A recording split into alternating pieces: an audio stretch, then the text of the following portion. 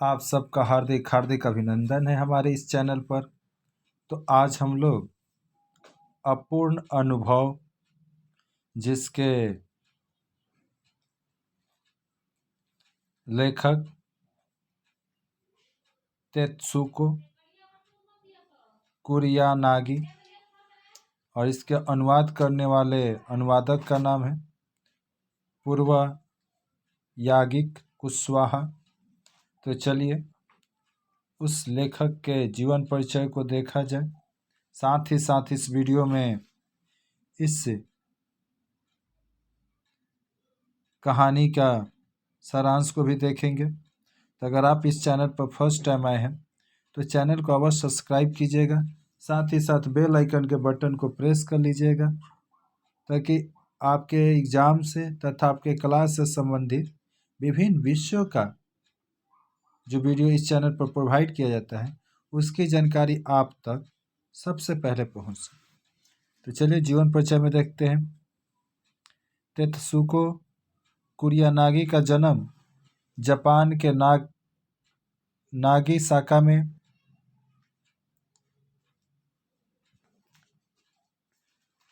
1933 में हुआ और इनकी रचनाओं में सामाजिक तथा मानवीय मूल्यों का आधार परिलक्षित होता है।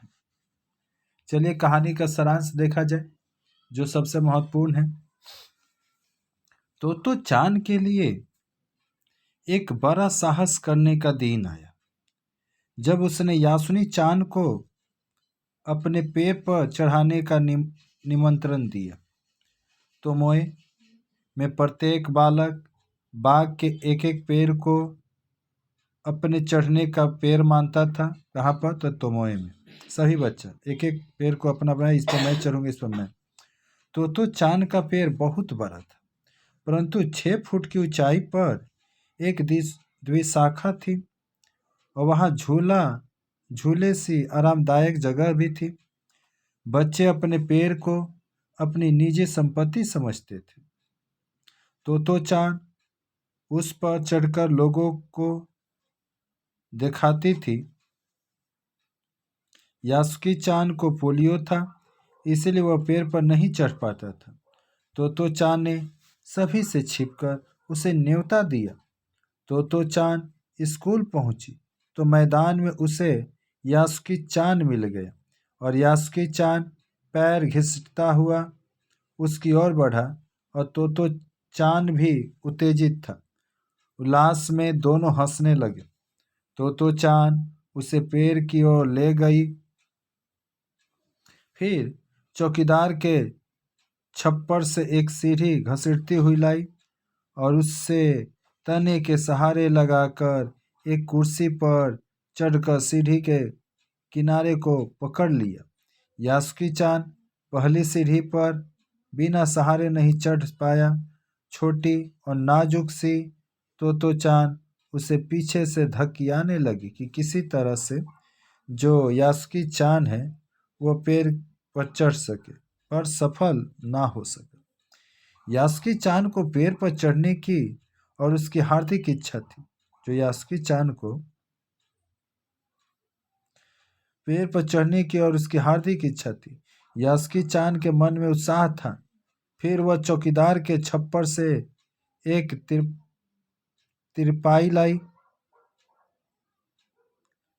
तिरपाई की ऊपरी सीढ़ी द्विशाखा तक पहुंच रही थी। यासुकी चान निश्चय के साथ पांव उठाकर पहली सीढ़ी पर रखा। तो चान नीचे से उसका एक पैर सीढ़ी पर रखने में मदद कर रही थी। यासुकी चान पूरी शक्ति के साथ संघर्ष कर अंत में ऊपर पहुंचा।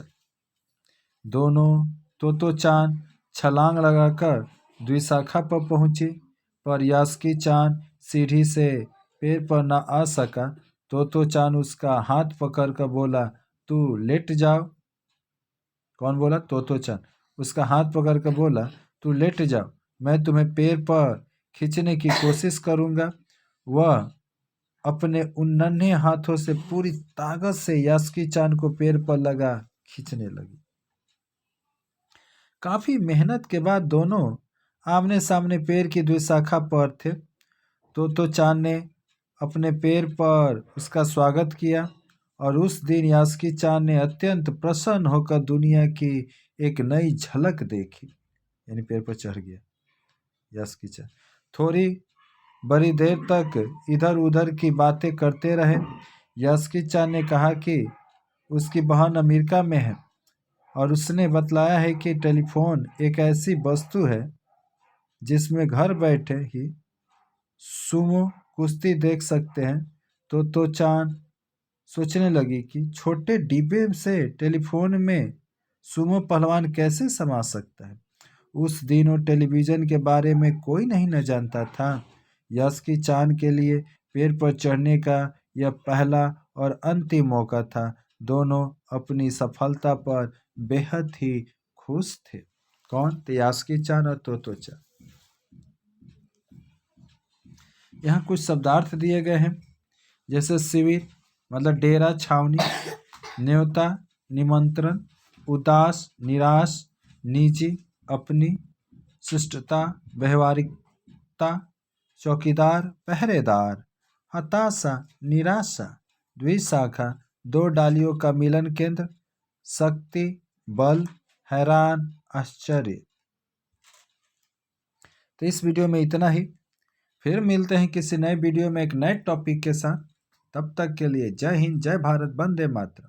अगर ये वीडियो अच्छा लगा तो दोस्तों में शेयर कीजिए तथा इस वीडियो को लाइक भी कर दीजिएगा और चैनल पर फर्स्ट बार आए होंगे तो चैनल को सब्सक्राइब भी कर लीजिएगा। जय हिंद, जय भारत, वंदे मातरम। इस वीडियो को देखने के लिए बहुत बहुत धन्यवाद।